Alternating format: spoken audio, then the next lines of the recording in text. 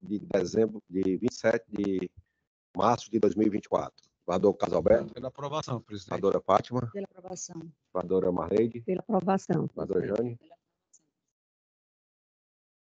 Então, começo aqui pelos processos com pedidos de sustentação oral.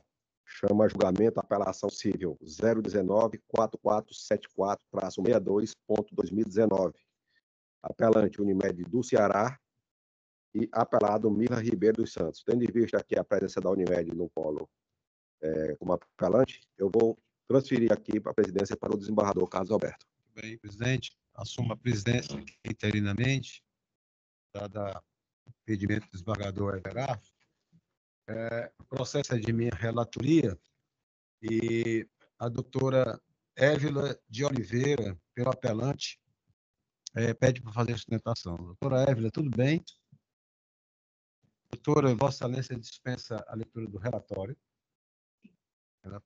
Então, Vossa Excelência pode fazer a sustentação. Bom dia a todos. Eu quero iniciar aqui a minha fala saudando a todos os desembargadores que compõem esta Câmara de Direito Privado. Quero saudar a representante da Defensoria Pública, a representante do Ministério Público, aos colegas advogados e aos servidores. E iniciar minha fala, Excelências, falando que é sempre com muita alegria que venho aqui, porque sei que o debate é sempre de ideias e direcionado à melhor interpretação do direito para a aplicação do caso concreto. Excelências, iniciando aqui a sustentação, caso é de uma ação de obrigação de fazer acumulada com pedido de tutela de urgência e indenização por danos morais, em que a parte requerida solicitou, o provimento jurisdicional no sentido de conferir a operadores do plano de saúde a fornecer o procedimento de mastopexia como implante mamário. A mastopexia, Excelências, é um procedimento destinado ao levantamento das mamas. Quando uma pessoa passa por um processo intenso de emagrecimento, perda de tecido adiposo, ela fica com as consequências da flacidez do tecido, e uma dessas consequências é a ptose mamária, a queda da mama, e, consequentemente, algumas mulheres têm essas questões corporais, aí solicitam procedimentos estéticos para debelar essas questões relacionadas à perda da gordura do corpo. Dito isso, Excelências, a mastopexia ela funciona como um lifting das mamas. Ela levanta a mama. Esse procedimento e os ilustros da questão está submetido a uma peculiaridade. No dia 19 de nove de 2023, o STJ julgou 2 recursos especiais representativos da controvérsia e fixou o tema 1069, que trata, em suma, da obrigação das operadoras de plano de saúde do fornecimento das cirurgias reparadoras pós-bariátricas, mas somente relacionado àqueles procedimentos que têm caráter reparador. Ou seja, até fixada ela tem 2 linhas. A primeira é de que as operadoras devem fornecer o tratamento quando demonstrado caráter reparador, somente. E o segundo núcleo, que diz que as operadoras elas podem, na dúvida ou no caso receio de que seja um procedimento que não é destinado à reparação, mas ao embelezamento, realizar o procedimento de junta médica. Em síntese, é destinado à resolução da divergência entre a operadora e o médico prescritor do tratamento por um terceiro imparcial e especialista. Excelências, nesse caso da fixação do tema 1069, o voto do relator, o doutor ministro Ricardo Vilas Boas Cueva, ele foi subsidiado pelo parecer da Sociedade Brasileira de Cirurgia Bariátrica e Cirurgia Metabólica. E esse parecer, ele classifica exatamente o tipo de solicitação feita pela parte como condicionado à demonstração de que ele é reparador. Eu farei aqui uma leitura deste ponto 6 do parecer da Sociedade Brasileira de Cirurgia Bariátrica. Inclusive, foi apresentado um memorial de julgamento, está nas folhas 443, caso queiram acompanhar. Essa observação que eu farei está nas folhas 449. A reconstrução da mama com próteses ou expansor de mama direita e esquerda é considerada corretiva quando associada à existência de lesões cutâneas e ortopédicas, questões posturais, fungos, escaros, dificuldade de limpeza ou de higiene. E as próteses de silicone têm a finalidade unicamente embelezadora. Isso não é a operadora de plano de saúde que está dizendo, eu estou fazendo apenas uma referência ao parecer da Sociedade Brasileira de Cirurgia Bariátrica e Cirurgia Metabólica. Então, vejam só, excelências, este parecer coloca em xeque a questão discutida nos autos, visto que a decisão, a sentença, ela obriga a operadora a fornecer um tratamento que tem esta peculiaridade. Existe um ônus da parte que o solicita de demonstrar que o critério lá é evidentemente reparador. Inclusive, se põe em xeque parcialmente a questão, porque as próteses de silicone, que também foram determinadas para fornecimento, elas já são consideradas eminentemente estéticas, ou seja, para recompor a mama da beneficiária, não é necessariamente obrigatório que seja fornecido esse tipo de prótese. Então, excelências, eu quero chamar aqui a atenção para um precedente firmado por esta Câmara de Direito Privado no julgamento da apelação 024-3877-63 de 2020, que foi julgado de forma unânime pelos desembargadores Maria de Fátima de Melo Loureiro, Carlos Alberto Mendes Forte e Inácio Cortes Neto, que não está aqui presente, né? E neste caso, em síntese, a questão da mastopexia com implante de silicone mamário, que é a mesma discutida nesses autos, foi considerada com base no parecer da Sociedade Brasileira de Cirurgia Bariátrica e Metabólica, também como um caráter meramente estético, e essa apelação da operadora foi provida. Então, eu estou aqui diante de uma Câmara que já tem um entendimento correlato ao objeto da apelação da operadora, né? E finalizando, excelências, somente por questão de ordem mesmo, existe o ponto em que esse processo ele foi conduzido sem um sobrestamento dos autos. A ação é de 2020, se eu não me engano, e o tema só foi fixado em 2023, ou seja, em diversas oportunidades a operadora suscitou a necessidade de sobrestamento do feito para que, após a fixação do tema 1069, fosse oportunizado o contraditório e ampla defesa, né, para os litigantes de forma geral, para que as pessoas, a partir da compreensão e do conhecimento das teses fixadas no tempo, pudessem se comportar dentro do processo de um modo produtivo e resguardando também o próprio direito ao contraditório. E isso não foi resguardado. Apesar da operadora indicar que existia uma necessidade de sobrestamento dos autos, o julgamento do processo ocorreu sem que isso fosse prestigiado. E com essas colocações, excelências, eu encerro a minha fala. Obrigada. Muito bem. Primeiro, eu gostaria de parabenizar a Vossa Excelência pela sustentação. Obrigada. Extremamente técnica, correta. Eu vou fazer a leitura do projeto de emenda e, na realidade, doutora, nós estamos mantendo a sentença com pequenas modificações. Uma única pequena modificação, que é a questão do dano moral. Sim. Então, direito processual civil, apelação civil, ação de obrigação de fazer, plano de saúde, obrigatoriedade de cobertura de cirurgia plástica reparadora pós-bariátrica, tema 1069 do STJ. Restabelecimento integral da saúde, procedimentos prescritos por médico, abusividade da conduta do plano de saúde, rol da ANS meramente exemplificativo. Reação legislativa, Lei 14.454 de 2022. Dano moral não configurado. Recurso conhecido e parcialmente provido. 1. Quanto à cobertura obrigatória de cirurgia plástica reparadora em paciente pós-gastroplastia, a segunda seção do Colégio Superior Tribunal de Justiça, em julgamento do RESP 1872-321 de São Paulo, tema repetitivo 1069, firmou entendimento no sentido de ser cobertura obrigatória pelos planos de saúde a cirurgia plástica de caráter reparador ou funcional, indicada pelo médico assistente em paciente pós-cirurgia bariátrica, por ser parte decorrente do tratamento da obesidade mórbida. Compulsão dos autos. Verifica-se que os procedimentos foram solicitados pelos profissionais que acompanham a autora após o emagrecimento acentuado ocasionado pela bariátrica. Isso às folhas 28 e 30. Ademais, o fato de se alegar de que o procedimento não está previsto nas diretrizes de utilização dispostas na resolução da ANS não justifica a não cobertura do plano de saúde, vez que o contrato de adesão assinado deve ser interpretado à luz da boa-fé, com vistas a não prejudicar o consumidor aderente, em homenagem com finalidade à proteção da vida dos pacientes, sob pena de vulnerar a própria finalidade da existência dos referidos contratos. Eu estou juntando aqui vários precedentes sobre essa natureza.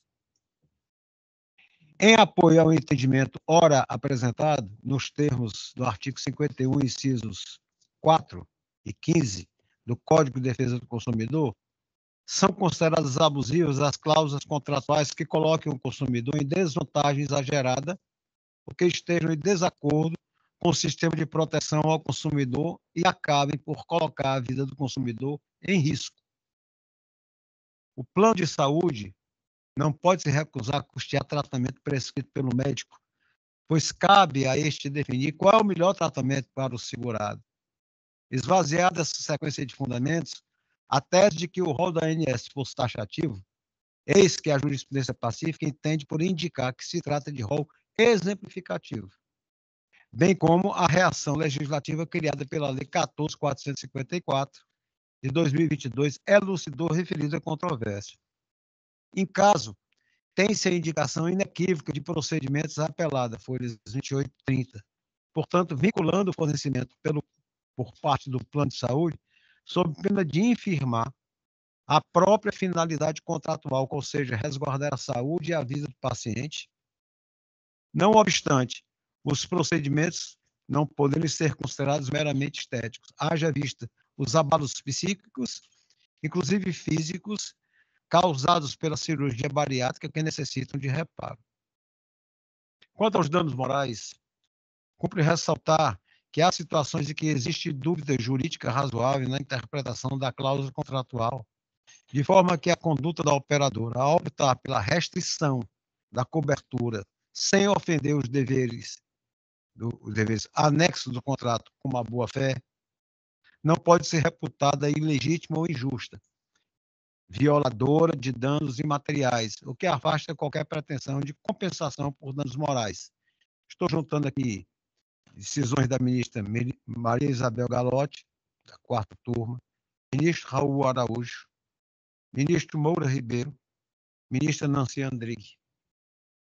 Já a ministra Nancy Andrighi mais antiga um pouco, mas assim, os últimos aqui, muito recentemente, de 2022, inclusive. Em caso, ocorreu a interpretação contratual equivocada sem má-fé da operadora de saúde, o que não tem o condão de ensejar reparação extrapatrimonial. Recurso conhecido, parcialmente provido, a fim de reformar a sentença unicamente para excluir da condenação aquela referente ao pagamento de indenização por danos morais fixados em sentença. Este é o voto. Como vota a desembargadora Fátima? Parabenizando a doutora pela sustentação oral, igualmente parabenizando Vossa Excelência pelo bem lançado voto, o acompanho integralmente.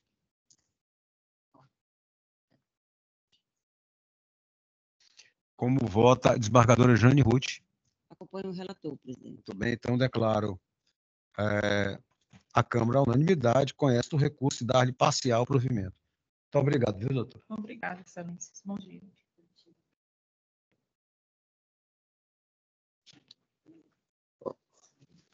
Bom, vou chamar julgamento aqui, um segundo processo. Aliás, vou chamar, não, vou devolver a presidência para o presidente. Seria usurpação de poder, né? Mas se quiser ficar à vontade, Bardocar. Devolvo a presidência ao eminente desembargador Everardo. Vossa Excelência, presidente, tanto tempo que é um hábito já, né?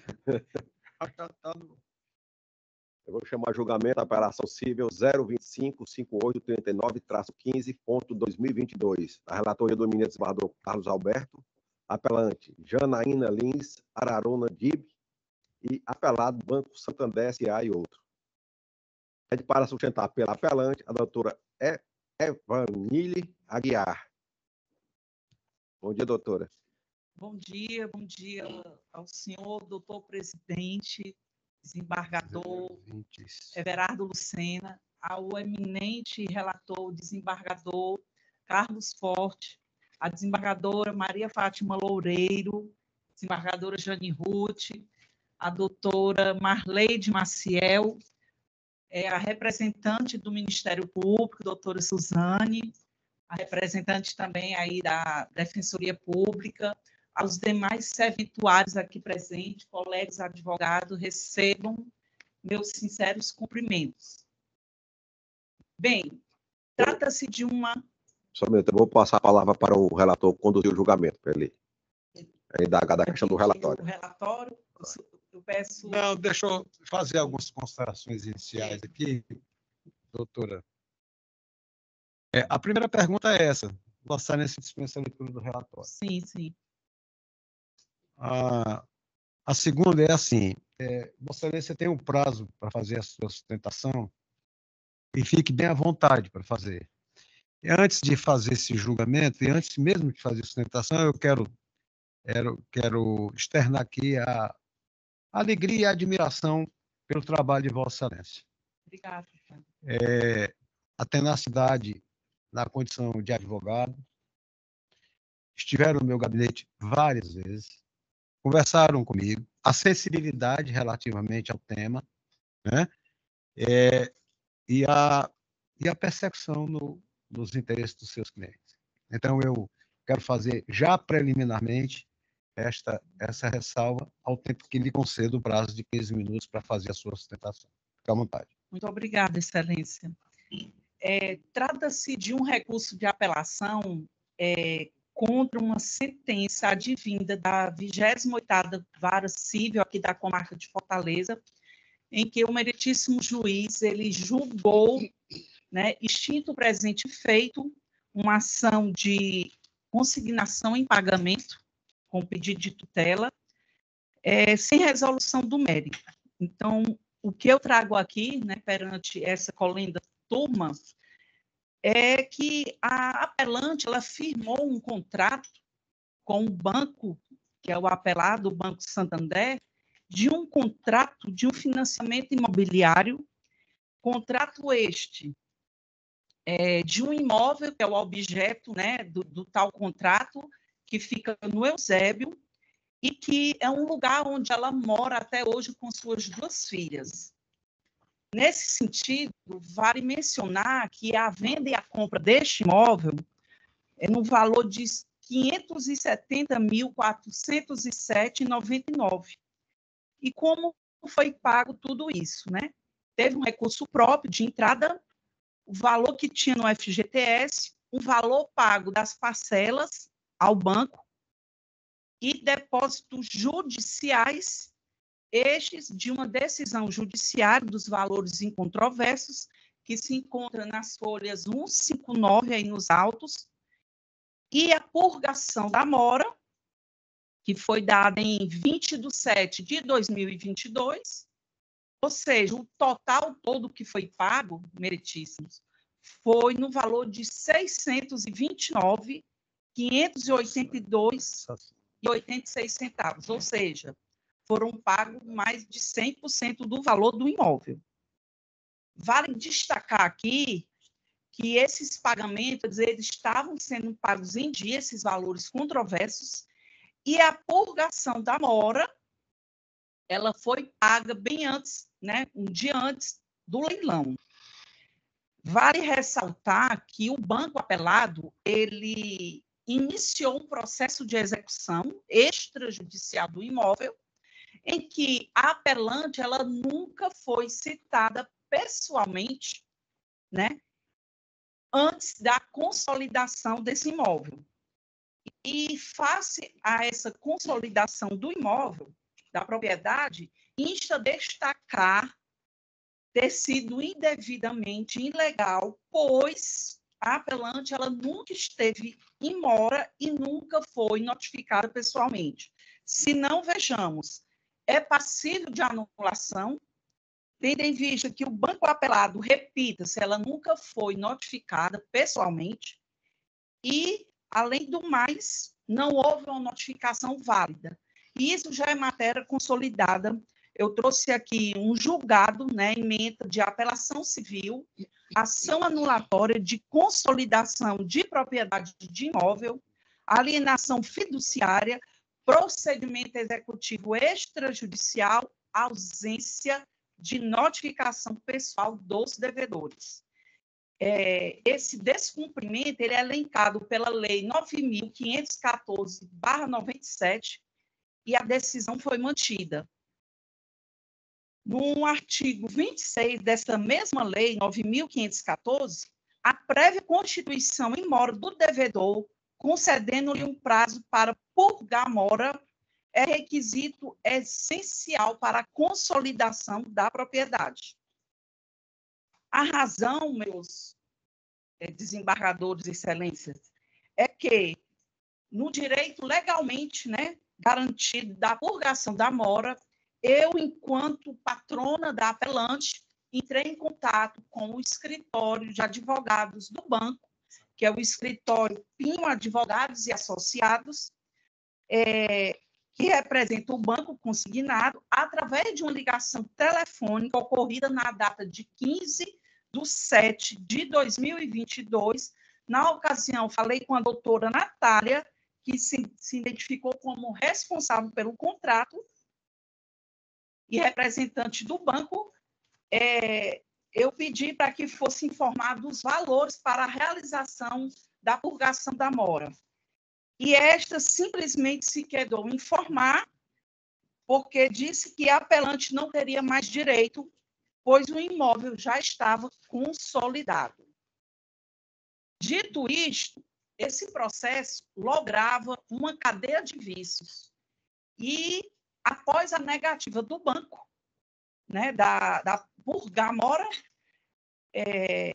notificamos o banco apelado através de notificação extrajudicial, através do cartório Pegentino Maia, né, um ofício do cartório que não tivemos resposta nenhuma. E isso aqui também consta aí nos autos, né? Tanto a notificação extrajudicial, o e-mail e a ligação. Então, ocorre que a purgação da mora, ela é um direito da apelante.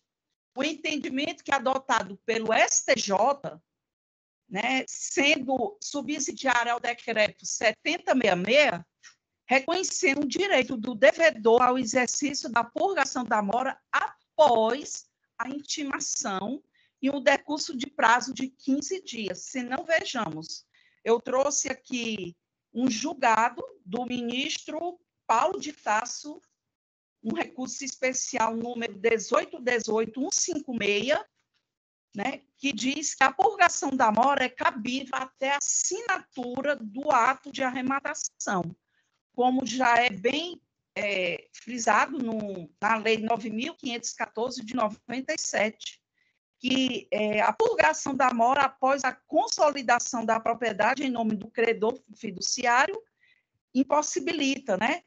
Então, assim, não só do STJ, também trouxe outro julgamento da Terceira Câmara de Direito Privado do TJ de São Paulo, que diz o seguinte: a apelação à emenda, ação anulatória de leilão extrajudicial de imóvel, purgação da mora, possibilidade até a assinatura do auto de arrematação, contrato anterior à alteração introduzida pela uma lei 13.465/2017.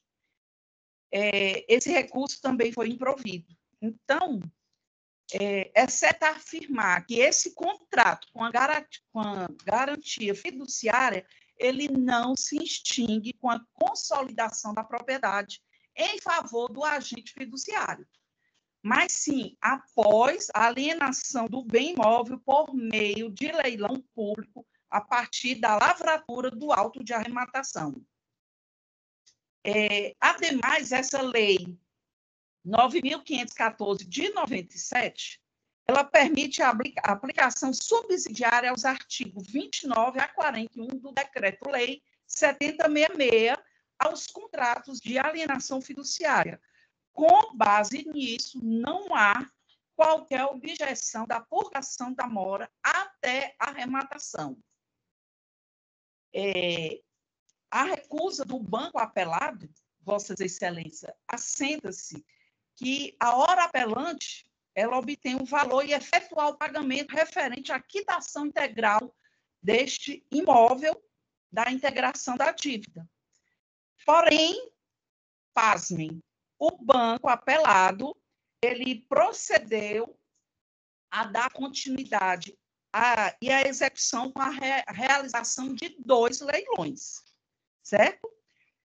Antes desse leilão, nós interpomos um agravo interno ao nobre julgador, desembargador Carlos Alberto Forte, que sabiamente reconheceu o recurso para dar-lhe provimento e deferir o efeito suspensivo do leilão.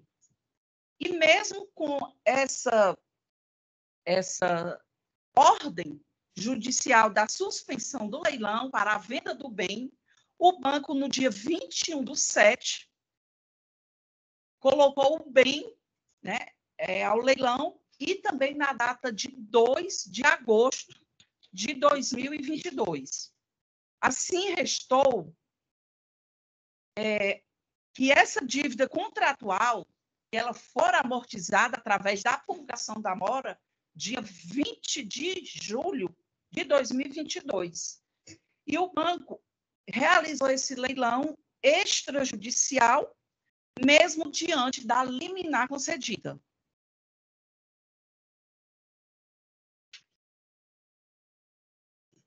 Assim, foi colocado todos esses comprovantes, inclusive o comprovante da mora purgada e também a realização desse leilão indevido, já que existe uma liminar suspendendo, e durante esses 2 leilões não tiveram ninguém para poder arrematar o bem. Mas não houve essa arremação nem do primeiro e nem do segundo leilão. Não houve licitante, né? E, de preferência, não foi dado o direito à apelante à aquisição do imóvel. O direito de preferência não foi dado à apelante.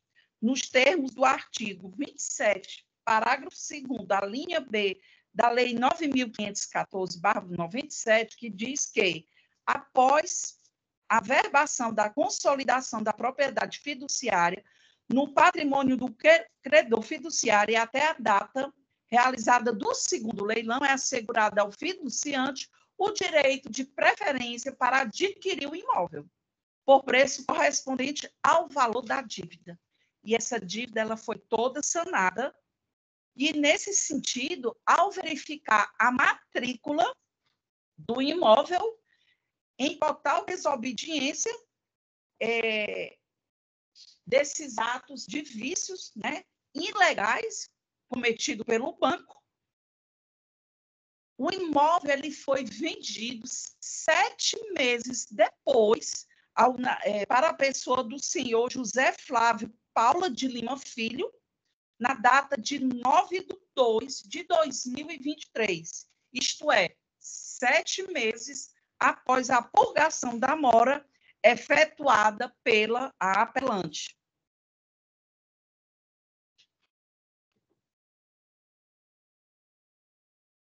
Sem que a apelante, a mesma, né, tivesse o direito dessa preferência do imóvel, inclusive a mesma de fazer a recompra do bem. Porém, o banco utilizou essas artimanhas e, com sua estratégia, recebeu em dobro o valor do imóvel, como se estivesse, de fato, realizada a venda para 2 compradores. Ocasião que o irregular comprador ele ingressou com ação de emissão de posse.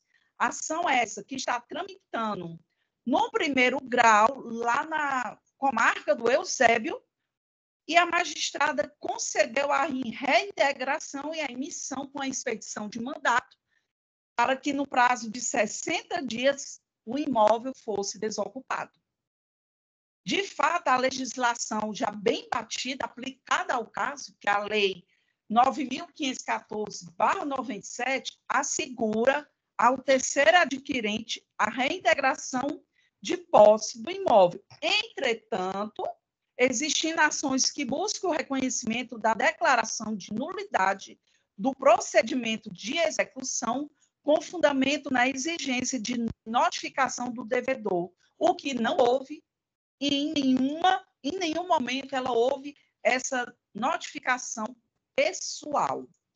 Então, o que eu venho aqui, com base nessa sustentação, também pedindo vossas excelências, é que a latente má-fé do banco apelado, tendo ocorrido inicialmente a purgação da mora antes do leilão, com depósito judicial, tendo em vista a negatória do banco em informar os valores, e mesmo assim foi feito a purgação da mora através de uma contadora, todos os cálculos, e fora deferida a liminar que suspendeu o leilão, e mesmo assim o banco vendeu o imóvel a uma terceira pessoa de forma totalmente irregular. E estamos aqui testemunhando de uma patente, de uma insegurança jurídica, e essas medidas e atos que foram tomados à luz do direito em face da presente demanda. Portanto, rogo uma análise mais aprofundada ao caso para equacionar esse posicionamento em sintonia com as jurisprudências dominantes das cortes, que eu já citei, do STJ, do Tribunal de São Paulo. E, dito isto, senhores desembargadores, destaco os 3 pontos.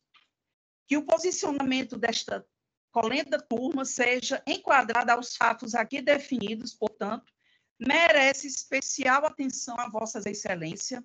Segundo, os fatos que enquadram perfeitamente a Lei 9.514/97, concedendo-lhe um prazo para purgar mora, pois é requisito essencial para a consolidação da propriedade em favor do credor fiduciário, devendo ser realizada por notificação pessoal, configurando o direito da recorrente. E, por último, que as demais provas confirmam a tese aqui definida, razão pela qual se requer a procedência do recurso. E aqui eu termino a minha fala, agradecendo a todos a atenção. Muito bem. Eu vou simplesmente ler o voto, que está estabelecido. Tudo que a doutora levantou aqui, inclusive sobre o argumento de sustação do leilão, verdadeiramente ocorreu. No primeiro momento, eu suspendi o leilão. Posteriormente, eu revoguei a decisão. E a revogação está intrinsecamente ligada ao mérito dessa discussão aqui. Eu vou ler. Direito processual civil e civil, ação de consignação em pagamento, causa de pedir que deriva diretamente de ação revisional de contrato bancário anteriormente julgado. Demanda revisional julgada improcedente. Não comprovação da ilegalidade e abusividade contratual. Tese recursal rejeitada por arrastamento lógico. Recurso conhecido, mas não provido.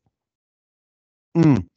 A controvérsia recursal reside na suposta recusa indevida do credor em receber o que lhe é devido, bem como na impossibilidade de se levar a leilão extrajudicial o imóvel, casa número 15, tipo A3, área privativa de 146,71 metros quadrados e área total de 161,33, com direito a 2 vagas na garagem, no campo Dáureo Harmonia e Residência, situado na rua Carlos de Albuquerque Lima, número 431, Pires, Façanha, Eusébio, Ceará.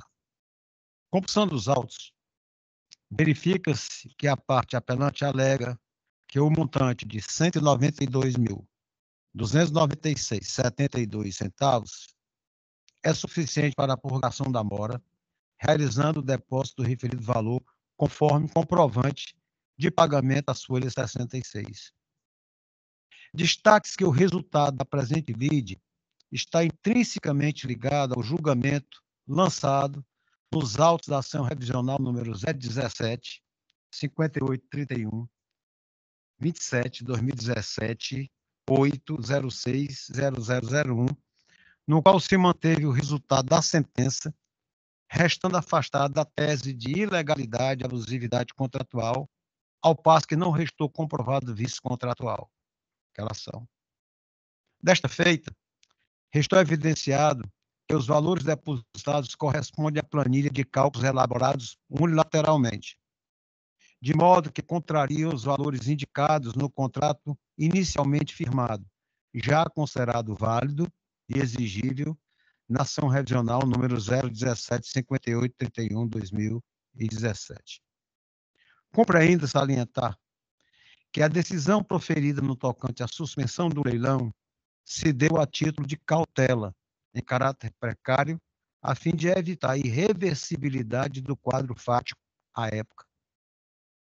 Assim, diante do referido julgamento de mérito lançado na ação revisional já dita, bem como explicitado pelo juiz Acor, aspas, recolocar novamente em discussão matéria já decidida por outro juízo, fere os princípios do devido processo legal e do juiz natural, pois foram observadas a ampla defesa, o duplo grau de jurisdição. Fecha aspas. Assim, com a improcedência do pleito autoral recursal de reforma das cláusulas contratuais do financiamento imobiliário, por arrastamento lógico, tem-se por rejeição às teses recursais. Então, eu acho que está muito clara a situação aqui, que está umbilicalmente ligada àquela questão, já foi feita, é coisa julgada, transitada e julgada. Então, recurso que eu conheço e nego-lhe provimento. É o voto, presidente. O voto é eminente desembargadora Fátima Loureiro. Senhor presidente, quero inicialmente parabenizar a doutora pela sustentação oral, acompanhei atentamente, e realmente é uma matéria muito delicada, e que está sendo posta aqui a julgamento questões semelhantes, mas, como bem colocou o desembargador no eminente voto, foi perfeito, colocou a primeira ação, que foi a revisional, julgada que foi 2017, enfim, fez uma análise perfeita à luz da legislação e do direito, de forma que eu acompanho integralmente, senhor relator. Como voto a eminente desembargadora Jane Ruth? Não obstante o excelente voto dos fundamentos do relator, eu peço vista dos autos para uma melhor análise, presidente. Vista concedida. Obrigada. Obrigado, doutora. Chama a julgamento agora a apelação número 02.134/56.2023, da relatoria da eminente desembargadora Fátima Loureiro, tem como apelante Manuel Daniel de Souza e apelado Banco Bradesco S.A. Pede para sustentar pela apelante Dr. Anderson Vasconcelos, de forma online. Dr. Anderson está presente?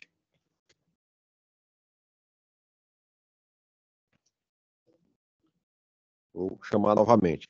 Chama a julgamento a apelação civil número 02.134/56.2023. Apelante Manuel Daniel de Souza e apelado Banco Bradesco S.A. Pede para sustentar pelo apelante Dr. Anderson Vasconcelos, de forma online. Dr. Anderson está presente? Então, o processo será julgado ao final com os votos provisórios.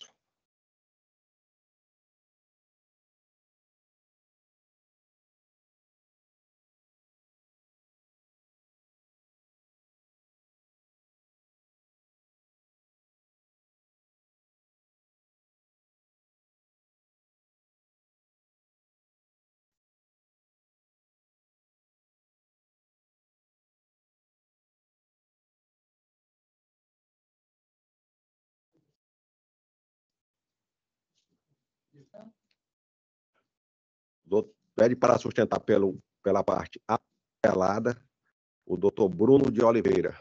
Bom dia, doutor Bruno. Eu passo a palavra ao eminente relator para conduzir o julgamento. Doutor Bruno, bom dia. Bom dia, desembargador Casalberto. Vossa Excelência dispensa a leitura do relatório. Dispensa, perfeito. Doutor Bruno, Vossa Excelência representa o apelado, né? Macro. Isso, desembargador. Macro Parte engenharia. apelada. Nós estamos julgando improvido. Vossa Excelência dispensa. É o recurso. Não, então perfeito, eu dispenso a sustentação. Muito bem. Então eu vou ler o projeto de emenda. Processo civil, apelação civil, ação monitória, prescrição, ocorrência, duplicata sem aceite, protesto cambial suspenso, condição para ação de execução, vias ordinárias e monitória, recurso improvido. No caso em estudo, não se controverte que o prazo prescricional aplicável é o previsto no artigo 206, parágrafo 5º, inciso 1 do CPC, de 5 anos, por se tratar de cobrança de dívida líquida constante de instrumento particular. E verbes. Artigo 206. Prescreve em 5 anos a pretensão de cobrança de dívidas líquidas constantes de instrumento público ou particular. 2. Compulsão dos autos. Observa-se que os títulos foram protestados em 2006. Marco interruptivo da prescrição nos termos do artigo 202, inciso 3 do Código Civil, conforme abaixo transcrito, razão porque a recorrente tinha até o ano de 2011 para propor esta demanda monitória. Artigo 202. A interrupção da prescrição, que somente poderá ocorrer uma única vez, dar-se-á por protesto cambial. Dessa maneira, considerando que o prazo prescricional não foi observado, forçoso reconhecer a ocorrência de a prescrição no presente caso, sobretudo porque a duplicata sem aceite depende de protesto apenas para fins de execução do referido título. Registre-se que o credor, a par da suspensão do protesto das cártulas por medida judicial, não perde seu direito de persecução do crédito por via ordinária ou monitória, motivo pelo qual não assiste razão à empresa recorrente quanto à suposta impossibilidade de propositura da presente demanda, máximo por se tratar de ação monitória. Recurso que eu conheço, nego o provimento. É o voto, presidente. Acompanhando o eminente relator. Como vota a eminente desembargadora Jane Ruth? Acompanho o voto do relator, presidente. No seu julgamento, a Câmara, à unanimidade, conhece o recurso e nega-lhe provimento. Obrigado, doutor. Obrigado, desembargador presidente. Aproveito para saudar na pessoa do desembargador presidente e os demais desembargadores, os demais servidores presentes. Desejo a todos um bom restante de trabalho. Chama a julgamento a apelação civil número 000-2916-33.2018, da relatoria da desembargadora Marleide. Tem como apelante Lojas Macavi Limitada e apelado Maria das Graças Brito e outros. Pede para sustentar pela parte apelante o doutor Fernando Goiana. Bom dia, doutor Fernando. Eu passo a palavra à eminente relatora para conduzir o julgamento. Bom dia, desembargador. O senhor dispensa a leitura do relatório. Dispensado. Doutor Fernando, para dar uma maior celeridade e dinâmica a esta sessão, eu informo ao senhor que o nosso projeto de emenda foi pelo conhecimento e provimento da apelação, o qual o senhor está aqui para fazer a sustentação oral. Mas fique muito à vontade, o senhor quer continuar? Não, nesse caso, eu defendo a sustentação. Então, eu peço licença ao presidente para ler o projeto de emenda. Processual civil, consumidor, dano moral. Abordagem policial após o ingresso em loja da promovida. Alegação de constrangimento e discriminação. Prova alicerçada apenas em boletim de ocorrência. Ausência dos autores e da sua advogada, audiência de instrução. Encerramento da prova. Fragilidade da prova carregada aos autos. Assim sendo, o fato constitutivo dos direitos dos apelados realizado apenas com amparo em boletim de ocorrência policial não satisfaz a ônus previsto no artigo 3731 do CPC, considerando que o dano e o nexo causal não podem ser presumidos. Inversão dos sucumbenciais para condenar os promoventes no pagamento das custas processuais e honorários advocatícios, arbitrado em 10% sobre o valor da causa, obrigações que ficam sob condição suspensiva de exigibilidade por força da gratuidade judiciária concedida em primeiro grau, apelação conhecida e provida.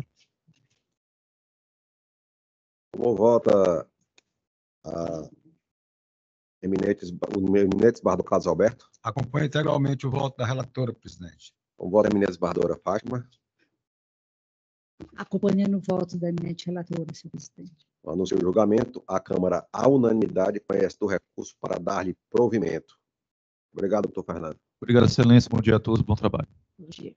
Agora eu chamo a julgamento a apelação civil 038-3875-95.2010, da relatoria da eminente Bardora Jane Ruth, apelante de Cel 100 Celular Comercial em Informática Limitada e apelado CMA CGM do Brasil, Agência Marítima Limitada. O doutor Pedro da Costa pede para sustentar pelo apelado em forma online. Doutor Pedro, se está presente? Bom dia, excelência, presente. Certo.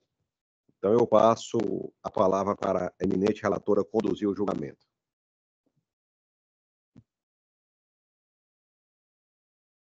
Bom dia, doutor Pedro. O doutor está representando a parte apelada, não é isso? Excelência, eu acredito que seu microfone esteja fechado, mas eu consegui ouvir. Eu represento a CMA, CGM, apelada. Já foi aqui e providenciou o fone, viu? Sempre eu esqueço desse ligar. O senhor está representando a parte apelada. Exatamente. Só para a confirmação. É porque aqui no nosso voto, na nossa proposta, que inclusive já conta com um voto provisório, né? A gente está conhecendo e negando provimento. Aí o senhor dispensa a sua sustentação? Dispensa a sustentação. Tá. Então, eu vou ler só aqui a proposta da ementa. Apelação em ação de reparação de danos materiais e morais, impossibilidade de formalizar pedidos nas contrarrazões recursais, mérito, transporte marítimo, mercadoria apreendida no porto francês, itens falsificados, não responsabilização da empresa de transporte. Inicialmente, deixa-se de analisar preliminar e prejudicial de mérito arguídas nas contrarrazões recursais pela empresa denunciada, CMA, CGM do Brasil, Agência Marítima Limitada, vez que é incabível a formalização de tais pedidos por meio da aludida peça processual, sendo este meio inadequado para modificação da sentença quanto à inexistência de insurgência recursal. Quanto ao mérito, verifica-se que a autora contratou a empresa Global Logística Limitada para o transporte de mercadorias, que adquiriu da empresa Lion International Electronic e Telecom Limitada, sediada na China. Segundo a empresa promovente, de acordo com a logística do transporte marítimo, as mercadorias deixariam o porto chinês em uma embarcação até um porto francês, onde ocorreria a transferência do container para outra embarcação, que realizaria o transporte até o porto cearense. No caso, resta em controvérsia a formalização de contrato entre as partes, bem como que o transporte marítimo foi realizado pela empresa denunciada, CNA CGM do Brasil. Contudo, diferente do alegado, não houve extravio da mercadoria, e sim uma apreensão pela alfândega francesa no porto de Le Havre, conforme termos de apreensão devidamente juntados e traduzidos.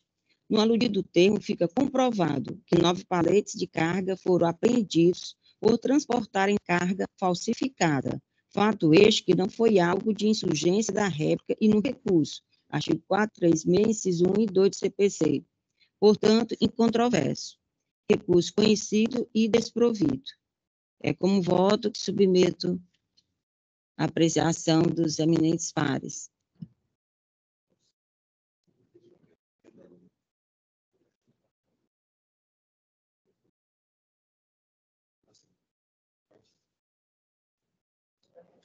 Concluir, presidente.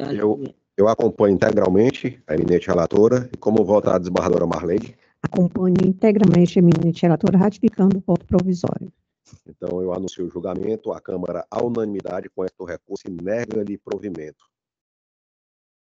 Muito obrigado, excelências. Um bom dia, um bom trabalho a todos. Obrigado, doutor Pedro. Chama a julgamento a apelação civil 020-2482-02.2023. De minha relatoria, tem como apelante Maria de Fátima de Souza Lima e apelado Banco Itaú Consignado S.A. Doutora Ana Virgínia Silva pede para sustentar pelo apelado Banco Itaú. Bom dia, doutora Virgínia. Bom dia, muito bom dia. Mais uma quarta-feira aqui com essa nova composição da turma. Quero estender meus bons dias a nobres desembargadores, aos servidores e ao relator que procede esse processo. Bom dia, doutor Everardo. Bom dia. Doutora Virgínia, eu indago se Vossa Senhoria dispensa a leitura do relatório. Sim, dispensa. Certo? Então, eu lhe concedo a palavra no prazo regimental de 15 minutos para a sua sustentação. Obrigada. Esse caso é um caso bem comum dessa Câmara, de análise também do meu cliente. É um caso em que a parte autora ingressa no judiciário alegando desconhecimento do negócio jurídico. É um caso de empréstimo consignado. E em análise como de costumeira rotina, o banco ele analisou a documentação e em fase probatória juntou toda a documentação pertinente à legalidade do contrato. Tanto o contrato assinado quanto os comprovantes de que, de fato, os valores foram depositados na conta da parte autora. Em sede de primeiro grau, o juiz analisou a documentação e entendeu pelo julgamento improcedente da ação. De forma conformada, a parte autora ingressou com apelação e nós pedimos que a sentença seja mantida em primeiro grau na sua totalidade, uma vez que não houve comprovação da irregularidade no que incumbia a parte autora e no que incumbia ao banco réu, foi juntado e analisado e comprovada a regularidade da contratação. Por esse motivo, nós pedimos que essa corte mantenha a sentença de primeiro grau. Esse é o pedido. Muito obrigada. Doutora Ana Virgínia, como Vossa Senhora mesmo relatou, é um processo muito comum de julgamento aqui na nossa Câmara. Então, para dar celeridade, eu vou ler a caixa alta da ementa, até porque o entendimento aqui, Vossa Excelência deve conhecer, já é bem firmado. Então, apelação civil, direito processual civil, consumidor, ação declaratória de nulidade de contratos com repetição de indébito e indenização por danos morais, descontos na conta bancária da parte autora, empréstimo consignado, contrato acostado aos autos, réplica com pedido de prova pericial, julgamento antecipado da lei, ausência de saneamento do feito, necessidade de decisão fundamentada sobre as provas requeridas e prévio anúncio do julgamento antecipado do feito, violação dos princípios da defesa, contraditório e devido processo legal. Artigo 5º da Constituição Federal, artigo 1, 2, 7º e 9º do CPC, necessidade de dilação probatória, cesseamento de defesa configurado, recurso conhecido e provido, sentença anulada. Como vota a eminente desembargadora Marleide? Acompanho o voto do relator. Como vota o eminente desembargador Carlos Alberto? Acompanho o voto, presidente. Eu anuncio o julgamento, a Câmara, à unanimidade, conhece o recurso para dar-lhe provimento. Obrigado, doutora Ana Virgínia. Muito obrigada. Excelente resto de trabalho dessa sessão. Eu chamo a julgamento a apelação civil 027-3335-28.2020 da relatoria do eminente desembargador Carlos Alberto.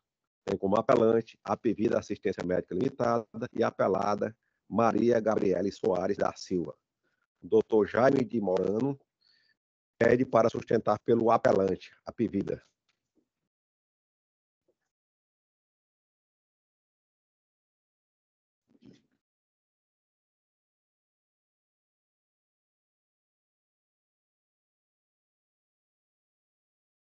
Bom dia, doutor Jaime. Passa a palavra ao eminente relator para conduzir o julgamento. Bom dia, doutor Jaime. Tudo bem? Graças a Deus. Doutor Jaime, dispensa a leitura do relatório? Sim. Muito bem.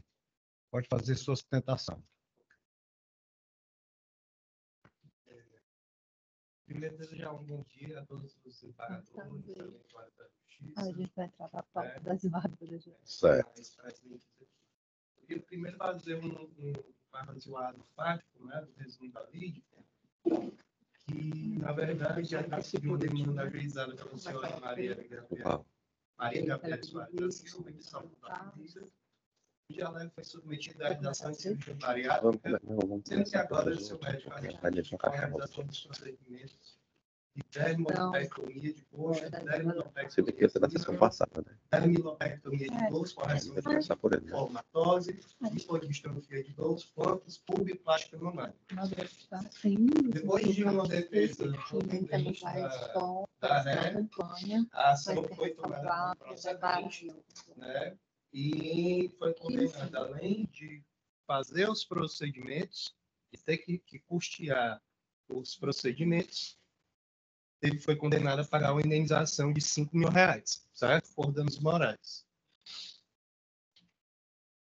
O Apivida ingressou com um recurso de apelação em que nós alegamos basicamente que todos os procedimentos que constam ali, eles são procedimentos estéticos, certo?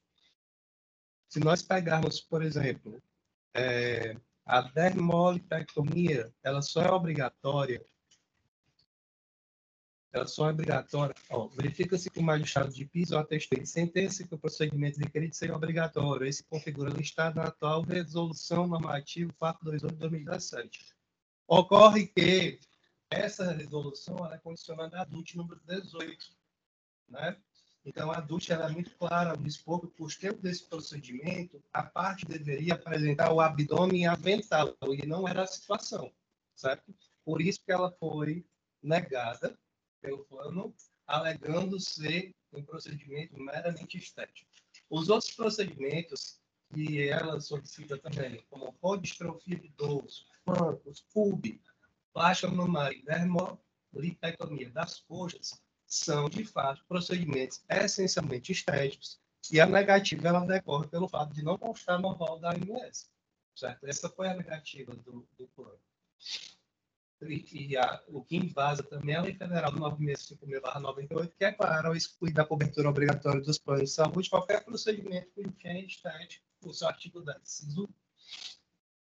Outra coisa que, dentro das nossas argumentações, das razões de apelação, que vale a pena ser considerado, que gostaria de falar para vossas excelências, o magistrado de piso entendeu que houve descumprimento de cláusulas contratuais do CDC.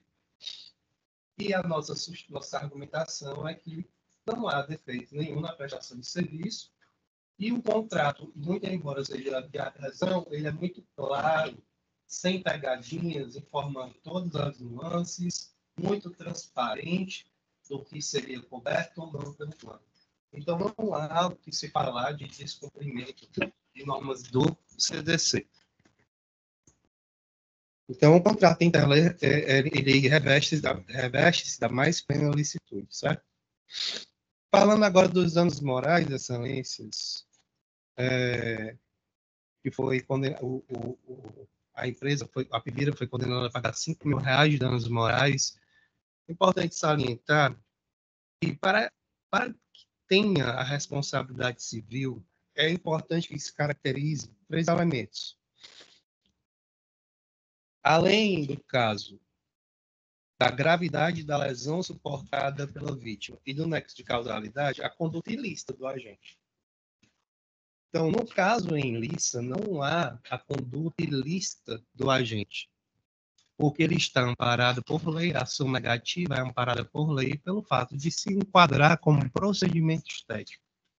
Ok?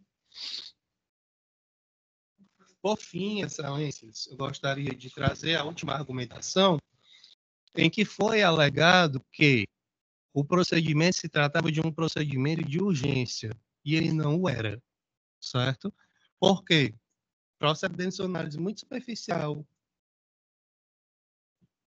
do caso, o médico disse em seu relatório que seria bom ter com a maior brevidade possível, mas ele não caracterizou a emergência ou urgência como exige o requisito do artigo 35C da Lei 9.656/98.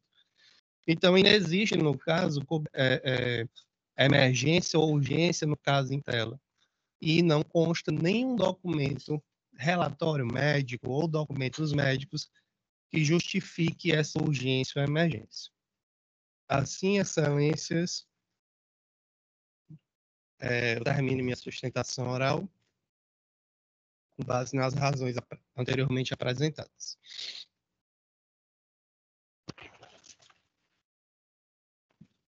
Vou ler o projeto de emenda. Nós julgamos, nesse minuto, agora, pouco distante, processo quase que idêntico isso aqui. Quase que idêntico, eu digo, relativamente às peculiaridades da pós-bariátrica, que é exatamente a questão do risco, do dano que pode provocar essa situação. Então, o projeto de emenda está alinhado à mesma situação da decisão anterior. É a seguinte: pela ação civil, ação de obrigação de fazer acumulada com indenizatória, plano de saúde, obrigatoriedade de cobertura de cirurgia plástica reparadora pós-bariátrica. Tema 1069 do STJ. Restabelecimento integral da saúde, procedimentos prescritos por médico, abusividade da conduta do plano de saúde, rol da ANS, meramente exemplificativo. Reação administrativa, Lei 14.454, dano moral não configurado, recurso conhecido e parcialmente provido. Quanto à cobertura obrigatória de cirurgia plástica reparadora em paciente pós-gastroplastia, a segunda seção do Colégio Superior do Tribunal de Justiça, no julgamento do RESP 1872-321, São Paulo, tema repetitivo 1069, firmou entendimento no sentido de ser de cobertura obrigatória pelos planos de saúde a cirurgia plástica de caráter reparador ou funcional, indicada pelo médico assistente, em paciente pós-cirurgia bariátrica por ser parte decorrente de tratamento de obesidade mórbis. Não é a questão puramente estética. Puramente estética, não. Nos termos do laudo médico, as folhas 34 e 37 de lavra do cirurgião plástico Dr. Hélio de Ipanema, CRM 13.32.76, restou indicada a realização dos procedimentos solicitados com brevidade, pois a paciente apresenta diagnósticos que causam risco à saúde, estando esclarecido que a não realização ou a realização tardia desses procedimentos agrava o transtorno físico e psicológico já existentes e inviabiliza o tratamento integral da obesidade. Então, é um adendo a mais, é uma situação de gravidade a mais. Ademais, o fato de se alegar que o procedimento não está previsto nas diretrizes de utilização disposta na resolução da ANS não justifica a não cobertura pelo plano de saúde, vez que o contrato de adesão assinado deve ser interpretado à luz da boa-fé, com vistas a não prejudicar o consumidor aderente, em homenagem com finalidade de proteção à vida dos pacientes, sob pena de vulnerar a própria finalidade da existência de referidos contratos. Em apoio ao entendimento ora apresentado, nos termos do artigo 51, incisos 4 e 15 do Código de Defesa do Consumidor, são considerados, aqui eu estou olhando para a professora Francilene, são consideradas abusivas as cláusulas contratuais que coloquem o consumidor em desvantagem exagerada ou que estejam em desacordo com o sistema de proteção ao consumidor e acabem por colocar a vida do consumidor em risco. O plano de saúde não pode se recusar a custear tratamento prescrito pelo médico, pois cabe a este definir qual o melhor tratamento para o segurado. Esvaziada essa sequência de fundamentos, a tese do rol da ANS fosse taxativo, eis que a jurisprudência pacífica entende por indicar que se trata de rol exemplificativo, bem como a reação administrativa, legislativa, criada pela Lei 14.454 de 2002, elucidou a referida controvérsia. Em caso, tem-se a indicação inequívoca de procedimentos apelada com brevidade, folhas 34 e 37.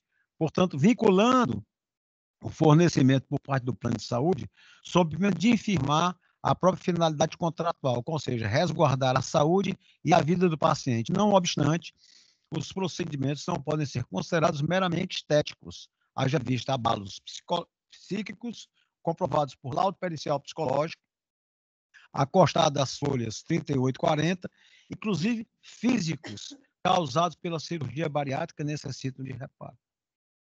Quanto aos danos morais, cumpre ressaltar que há situações que existe dúvida jurídica razoável na interpretação da cláusula contratual, de forma que a conduta da operadora, ao optar pela restrição da cobertura, sem ofender os deveres anexos do contrato, como o da boa-fé, não pode ser reputada ilegítima ou injusta, violadora de danos imateriais, o que afasta qualquer pretensão de compensação por danos morais. Já citarei agora novamente ministra Isabel Galotti, ministro Raul Araújo, ministro Moura Ribeiro, ministra Nancy Andrighi. Em caso ocorrer uma interpretação contratual equivocada sem a má-fé da operadora e de saúde, qual seja a não concessão administrativa de realização de procedimento médico solicitado pela inexistência de previsão do rol da ANS, que não tem o condão de ensejar a reparação extrapatrimonial, além do que não se comprovou a lesão moral na hipótese. Recurso conhecido parcialmente provido, a fim de reformar a sentença unicamente para excluir a condenação daquela referente ao pagamento de indenização por danos morais fixados por sentença. É o voto, presidente. Ratificando o voto provisório, acompanhando o eminente relator. Acompanhando o relator, presidente.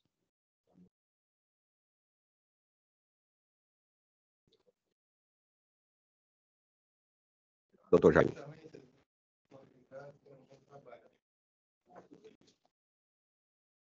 Finalizados os processos com pedidos de sustentações orais, eu passo agora os processos com pedido de vista.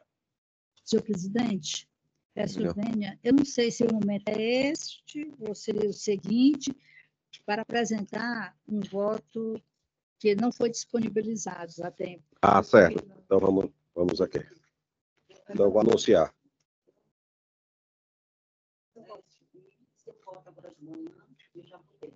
Ah, pois não, desembargadora. Falta, Falta, então, o desembargador. A apelação civil, só anunciar. Sim, pois não, senhor presidente. Apelação civil 0200-275-28.2022. Tem como apelante Maria Soledade de Freitas Souza e apelado Banco C6 Consignado S.A. Relatoria da eminente barradora Fátima Loureiro. Com a palavra para anunciar o julgamento. A desembargadora Jane Ruth anunciou que já votou, então falta aguardar os... O meu voto precisa ler só a caixa alta. Pois não, muito obrigada.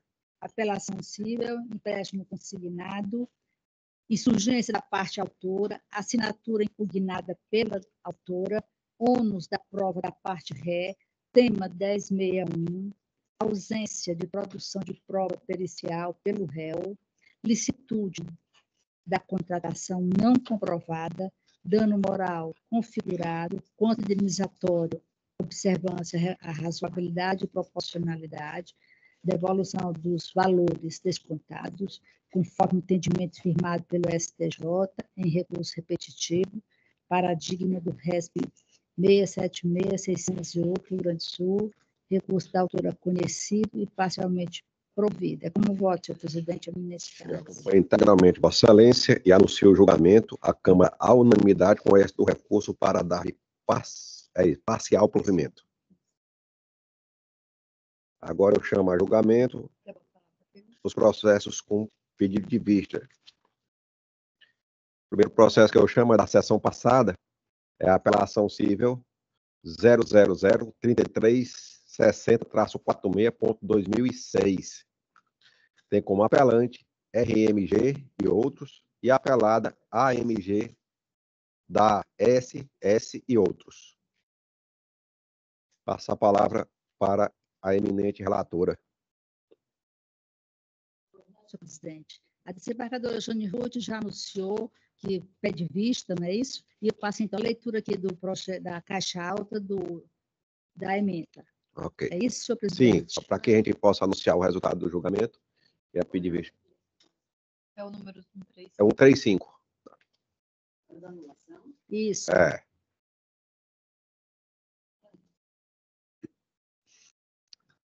Apelação cível.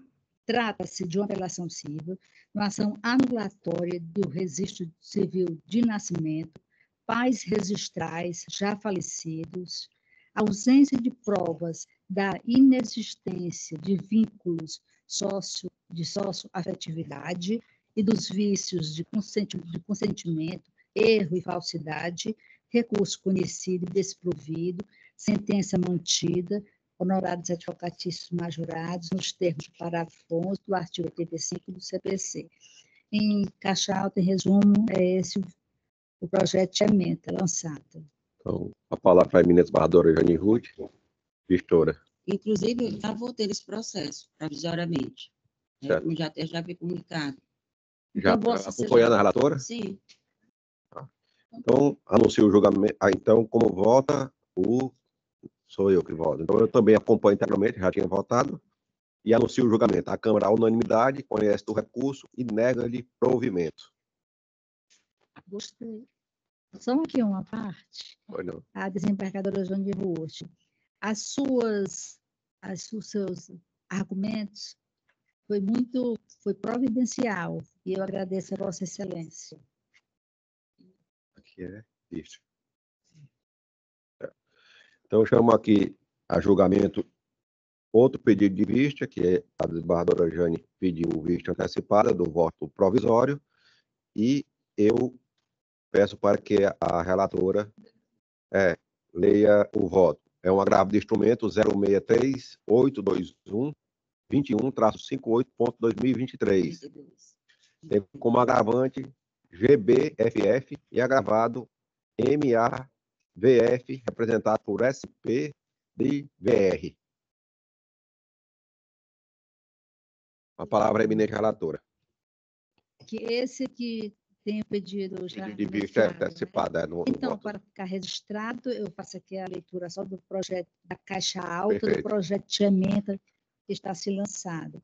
Trata-se de um agravo de instrumento em ação de alimentos, onde foi fixado verba alimentar provisória em 30% dos vencimentos líquidos do alimentante.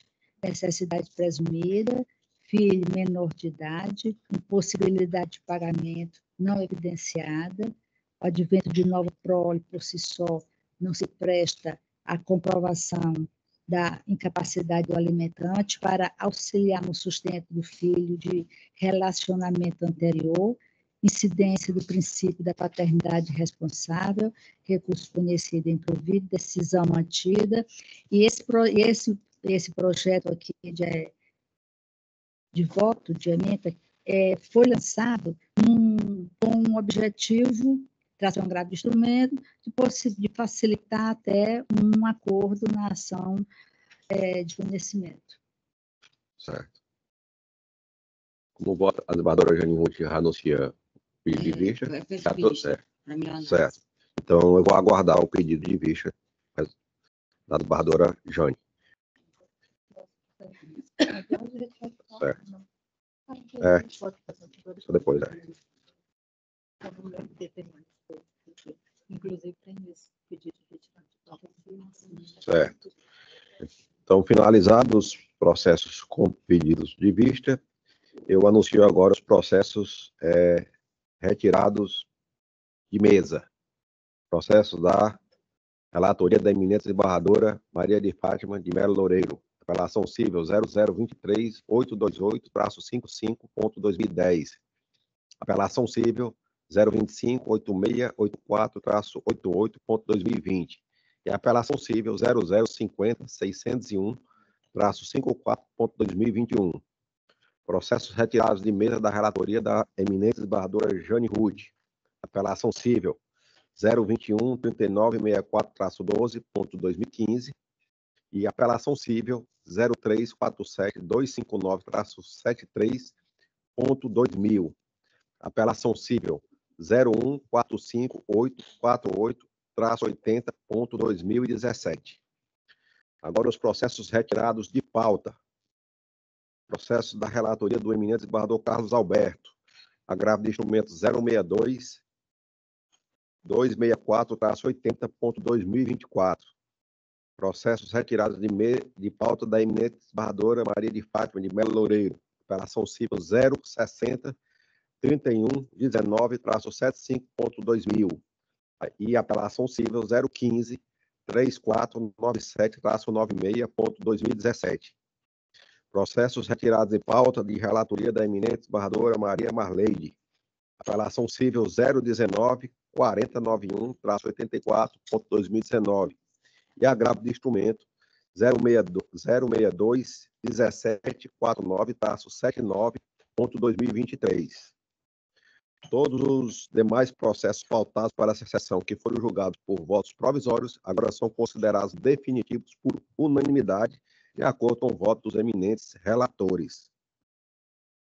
Eu gostaria de propor um voto de pesar pelo falecimento, no último dia 30, sábado passado, do doutor Darival Bringel de Olinda, que era meu sogro e irmão da desembargadora Edith Bringel.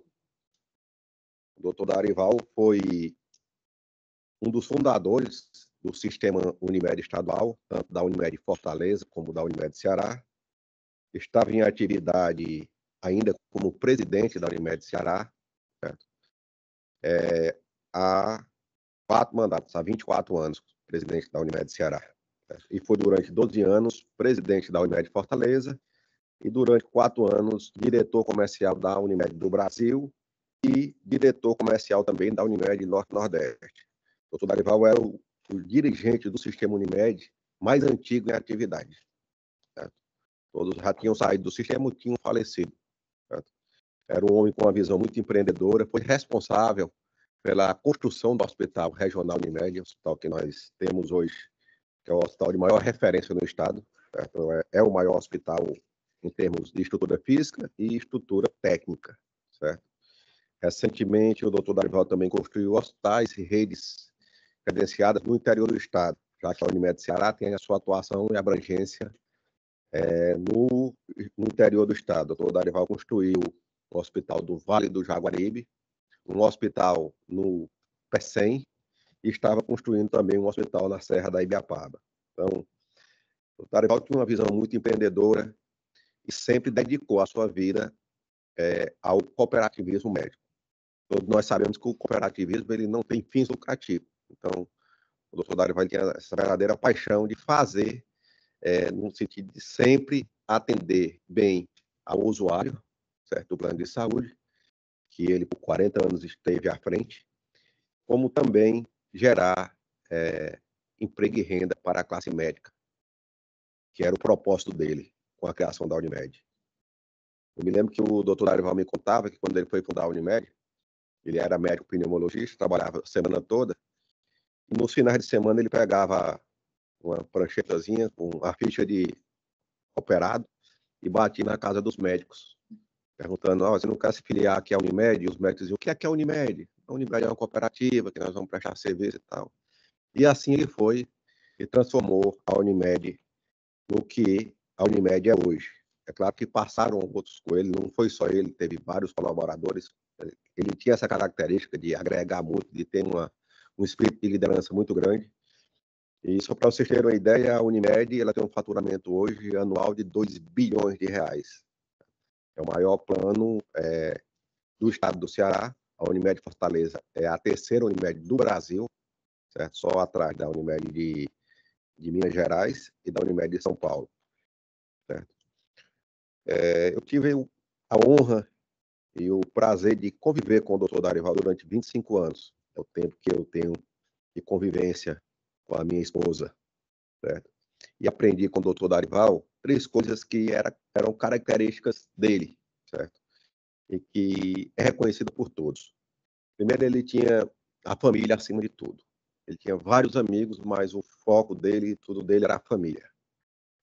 Família para ele, família, quando eu digo, não é só filho, não é só esposa, era irmão, era sobrinho, era tudo. Ele procurava sempre agregar muito família. Outra coisa do Dr. Darival também era a visão humana. O Darival, ele sempre, em primeiro lugar, ele estava vendo o ser humano, certo? Independente da classe social. Eu tive a oportunidade, além de ser genro dele, de trabalhar com ele como advogado do sistema Unimed. E me impressionava muito quando ele chegava no estacionamento da Unimed, quem ele encontrava, ele saía abraçando e beijando, desde o zelador, ali do porteiro e tal. Era um humanista, assim, que eu não conhecia igual, certo? E outra característica do Dr. Darival era o otimismo. Diante de todas as adversidades, o Dr. Darival era extremamente otimista. Ele teve câncer de esôfago e teve câncer de pulmão, 2 cânceres primários, que isso quer dizer cânceres independentes, não era metástase. É muito raro você ter, ao mesmo tempo, 2 cânceres. E os médicos deram para ele, no máximo, 6 meses de vida. E ele nunca desistiu de lutar. Fez todo o tratamento quimioterápico, radioterápico, cirúrgico, fez 4 cirurgias, se curou do câncer de esôfago, que é um câncer altamente agressivo, curou completamente, foi uma surpresa muito grande. E, infelizmente, o câncer de pulmão evoluiu muito, mas mesmo assim ele ainda sobreviveu durante 2 anos e 6 meses, lutando. Em cima lá da cama no hospital, o Dr. Darival, nos últimos dias, 3 dias antes do falecimento dele, ele estava com uma prancheta, escrevendo os projetos da Unimed Futuro, construção de hospital em outro campo. Sempre foi muito otimista. Ele botava na cabeça dele que não ia morrer daquilo e que ia continuar a vida dele, não ia se entregar. Certo?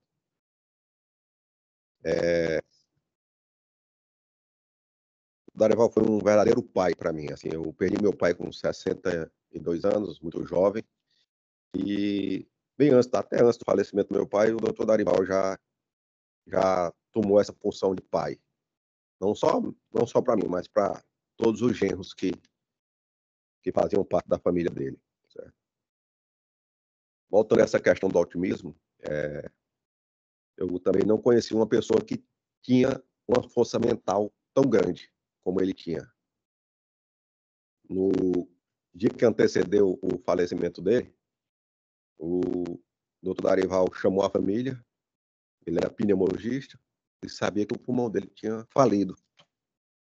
E aí, de manhã cedo, ele mandou chamar todas as filhas, genros, esposas, e explicou: olha, meu pulmão, assim, assim, assim, não tem mais jeito, não adianta postergar, sofrimento e tal. Recomendou, conversou com a família, muito firme, isso sem derramar uma lágrima, certo? Tanta força mental que ele tinha. E ainda teve a força de pedir, ele gostava muito de vinho, a gente tomava muitos vinhos juntos, para tomar a última taça de vinho.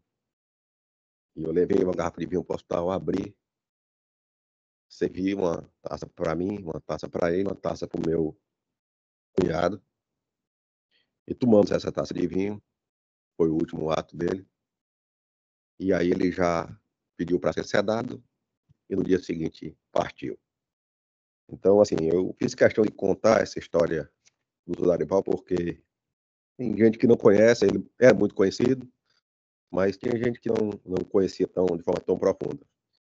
E pelo carinho e pelo amor que eu tenho por ele e terei pela toda a minha vida, até peço desculpa hoje que eu cheguei um pouco disperso, ainda triste, abalado, tudo, porque hoje estou sentindo muito essa partida dele. Certo? Então é isso. Eu proponho esse voto de pesar e boto a apreciação dos meus nobres pares. Embargador Everardo, o relato de Vossa Excelência nos emociona, nos deixa felizes pela conduta de Vossa Excelência. Eu vou tirar o Vossa Excelência. Já pode tirar. A sua conduta é uma conduta de gente íntegra. Não porque era o sogro, mas pelo reconhecimento do homem que era ele. E tributa naturalmente à família da qual se integra todo esse cabedal ético, moral, que ele transmitiu para a família dele toda. A sua mulher é uma prova disso, prova clara disso aí, discretíssima, né? Como Vossa Excelência também é discreto. Eu botei o voto de excelência de novo aqui. Como você é uma pessoa discreta, da mesma forma. A Unimed nos atinge de alguma forma. A cooperativa Unimed nos atinge de alguma forma. Pessoalmente, foi o meu irmão que projetou o prédio da Unimed, o primeiro prédio da Unimed lá, capitaneado pelo Darival. Foi ele que construiu. Foi. O projeto foi do Reginaldo Rangel, meu irmão. Não sabia. Já falecido. Não sabia das informações. Minha mãe era casada 2 vezes, ficou viúva. O que faleceu recentemente, né? Não, aquele foi o Mauro, o mais velho. O mais Certo. velho foi o último a falecer. O Reginaldo era o mais novo, foi o primeiro a falecer. Também de câncer. Teve um câncer e tal, essa coisa toda. Foi tratado lá no hospital e tal, reverenciado. A Daniele, minha sobrinha, filha do Reginaldo, sempre teve um acesso muito grande justamente desse corpo diretivo, porque era o projeto do pai dela. E ela participou de alguma forma, como ela era estudante de arquitetura à época. Então, todos nós temos a Unimed entranhada, não só porque fazemos parte do mesmo plano cooperativo. Já tivemos aqui discussões enormes, você falou de cooperativismo aqui, nós tivemos, inclusive, questões repetitivas aqui sobre a questão de ingresso da Unimed, que foi levada, inclusive, pelo desembargador Bezerra e tal, essa coisa. De forma que a Unimed está entranhada na nossa vida. Cada sessão a gente julga, porque de acordo, por mais que uma Unimed tenha essas pessoas iluminadas que façam parte do corpo diretivo, sempre há insatisfações e sempre há demandas judiciais, administrativas e judiciais. Eu nunca tive nenhuma demanda contra a Unimed, nenhuma insatisfação pessoal contra a Unimed. Pessoalmente, quero dar esse testemunho. Sempre fui muito bem atendido, né, nessas circunstâncias.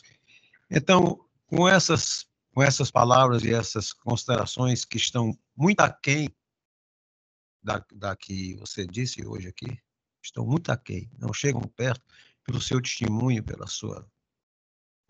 seu bem-querer, essa sessão juntada. Eu quero me acostar a esse voto de solidariedade, quero que você transmita para a sua mulher,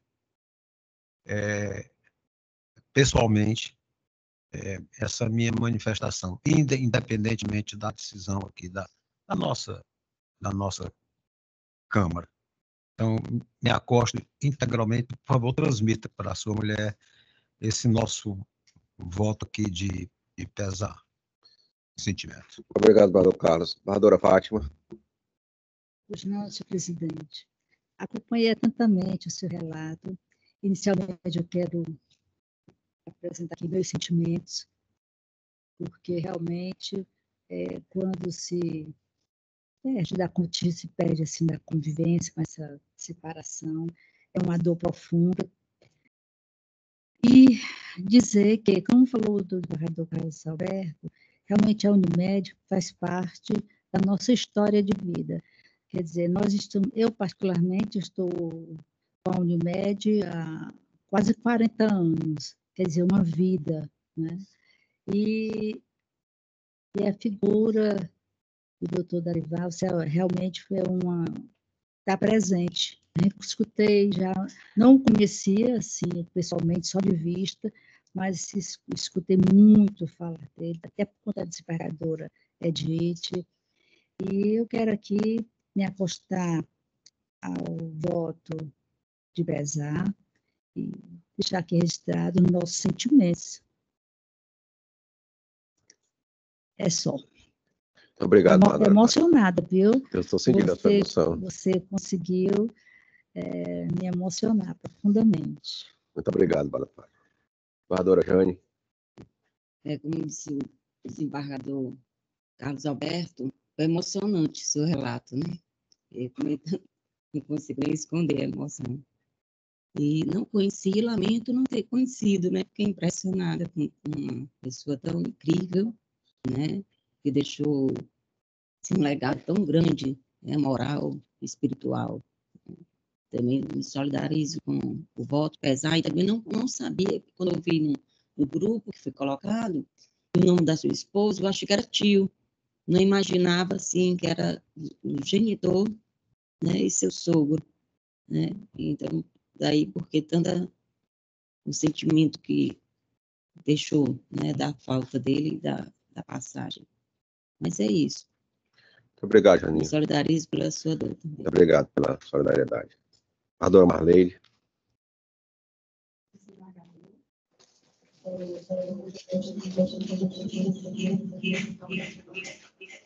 Ao senhor e toda a sua família, em especial a sua esposa, a quem tive a honra de tê-la trabalhando ao meu lado na terceira vara durante algum tempo. Pela sensibilidade, com certeza ela deve estar passando momentos muito difíceis com a perda do pai e o seu sogro. Mas tem um outro lado que a gente deve se apegar e segurar na mão. É todo o legado que o seu sogro deixou.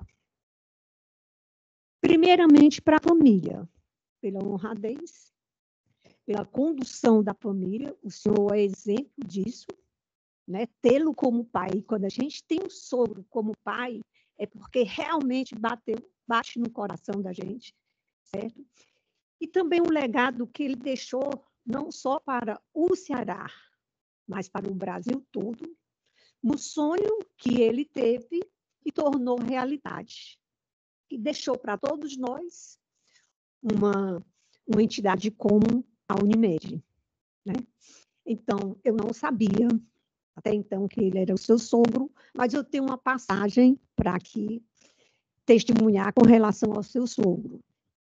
No passado, bem no passado, minha mãe precisou um laudo, porque estava também com problema no pulmão. E havia uma dificuldade com relação ao diagnóstico. E o seu sogro, doutor Darival, chegou, nos acudiu e resolveu o problema. Então, eu devo muito a este ato dele. E quando eu li através dos jornais, das redes sociais, eu lamentei muito pelo homem que realmente, efetivamente, ele foi, por todo esse legado que ele deixou. Eu espero que o senhor, a gente não tem como, essa falta vai ser eterna, né? Mas lembre sempre nas suas memórias das coisas e do legado que ele deixou, repassando isso para toda a sua família, seus herdeiros. Eu me acosto plenamente a este voto de pesar. Obrigado, dona Marleide. Eu também passo a palavra para a doutora Suzane e depois para a doutora Facilene. Excelência, também extremamente sensibilizada e emocionada. Eu quero apresentar os meus sentimentos à família, a Vossa Excelência, à sua esposa, e me acostar ao voto de pesar pelo partido de Darival. Em nome do Ministério Público também, Excelência. Obrigado, doutora Suzane. Doutora Facilene, pela Defensoria Pública. Primeiro, eu gostaria de parabenizar a doutora Marleide, né, por estar aqui na Câmara. Eu também trabalhei com ela na terceira Câmara, aprendi muito, na terceira vara de família. Né, para nós é uma alegria tê-la aqui. Me acostar também ao voto de pesar, inclusive por manhã cedo eu estava viajando, né, tirei uns dias de férias, e de manhã cedo já tinha passado a mensagem para a Marília, tão logo cheguei aqui. A Marília é minha colega defensora pública, uma pessoa que, como disse o desembargador Carlos Alberto, extremamente uma pessoa simples, uma pessoa que faz um trabalho maravilhoso e muito na dela, né? Uma pessoa que não divulga, mas tem muita admiração de todos nós defensores públicos. Nós sabemos quanto ela é competente, o quanto ela veste a camisa da Defensoria Pública, e eu quero deixar isso aqui claro, dizer que quando eu cheguei, eu pensei até em falar isso. Antes disso eu falar, eu já ia pedir para dar esse voto e dizer que com certeza a Defensoria Pública se acosta, né? E dizer do nosso sentimento a toda a família, que realmente o desembargador de saúde, o doutor Darival Brigel, fez um trabalho de empreendedor né, no Ceará, não só para o Ceará, mas para o Brasil como um todo, e deixar aqui nosso sentimento a toda a família. Quer dizer que ele contribuiu muito para a saúde né, ao fortalecimento da saúde do Ceará. Muito obrigada. Obrigado, doutora Francilene. E considero já isso como considerações finais. Se alguém quiser falar mais alguma coisa. Gente, eu fui aqui conversando assim rapidamente, quando a gente estava entre um processo e outro aqui, eu pedi a Vossa Excelência, queria que Vossa Excelência anunciasse, agora Vossa Excelência anunciasse, nessa possibilidade de nós... Na nossa reunião administrativa. Na nossa reunião administrativa.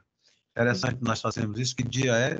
Eu estava conversando com o desembargador Carlos, que eu propus para a próxima segunda-feira, às 10 horas. Agora, desembargador... 15 horas. 15 horas. Agora, desembargador Carlos, eu vou só fazer um questionamento. Não seria interessante esperar o desembargador Paulo Ayrton? Porque a gente precisa...